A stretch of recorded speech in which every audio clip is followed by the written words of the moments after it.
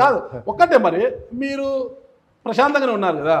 Yes Vemula అంటేనే ముగ్గురాళ్ళ గనులకు ఒక కోట లాంటిది. ముగ్గురాళ్ళ గనులు ఎక్కువ మైనింగ్ ఎక్కువ కదా, ఎవరు వచ్చినా కూడా మైనింగ్ ఎక్కువ. గతంలో ఇక్కడ మైనింగ్ చేయాలంటే కూడా ఆ ప్రభుత్వ హయాంలో ఆయన వేల్పుల రాము ప్రతి ఒక్కరిని అడ్డగించేది, అది ఇది చేసుకునేది.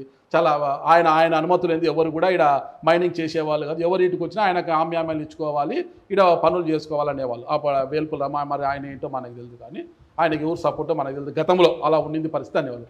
ఇప్పుడు ఇక్కడ మైనింగ్ చేయాలంటే పేర్ల పార్థసారథి సోదరుల యొక్క అనుమతి కావాలి. మైనింగ్ సామ్రాజ్యాన్ని వాళ్ళ చేతుల్లోకి తీసుకొని నడిపిస్తున్నారు అంటున్నారు.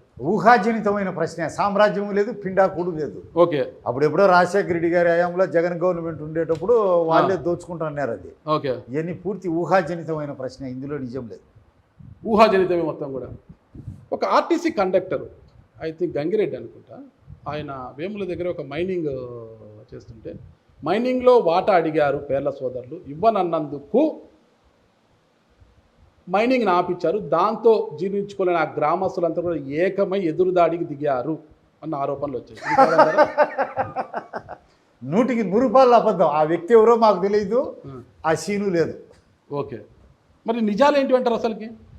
నిజాలు తెలుగుదేశం గవర్నమెంట్ వచ్చింది నిజం, కడపలో మహానాడు జరిగింది నిజం, కృష్ణా జలాలు పరవళ్ళు తొక్కుతా ఈ పులివెందుల నియోజకవర్గంలో ఉండే చెరువులు, దొరువులు, వంకలు, వాగులు నింపడం కరెక్టు, ప్రజలంతా ఆనందంగా ఉండడం కరెక్టు, ఉద్యోగస్తులకు నెల నెల క్రమం తప్పకుండా జీతాలు రావడం కరెక్టు, 66 లక్షల మందికి పెన్షన్లు రావడం కరెక్టు, 82 కేంద్ర ప్రాయోజిత పథకాలను పునరుద్ధరించడం కరెక్టు, జగన్ పోగొట్టి అవి కరెక్టు. కార్యకర్త అధినేత ఎవరో మీకు తెలియదు, ఎవరు ఐ డోంట్ నో, ఆయన గురించి ఎవరు అటువంటి వాళ్ళ గురించి మాకు తెలియదు, ఆ సీన్లో కూడా లేరు.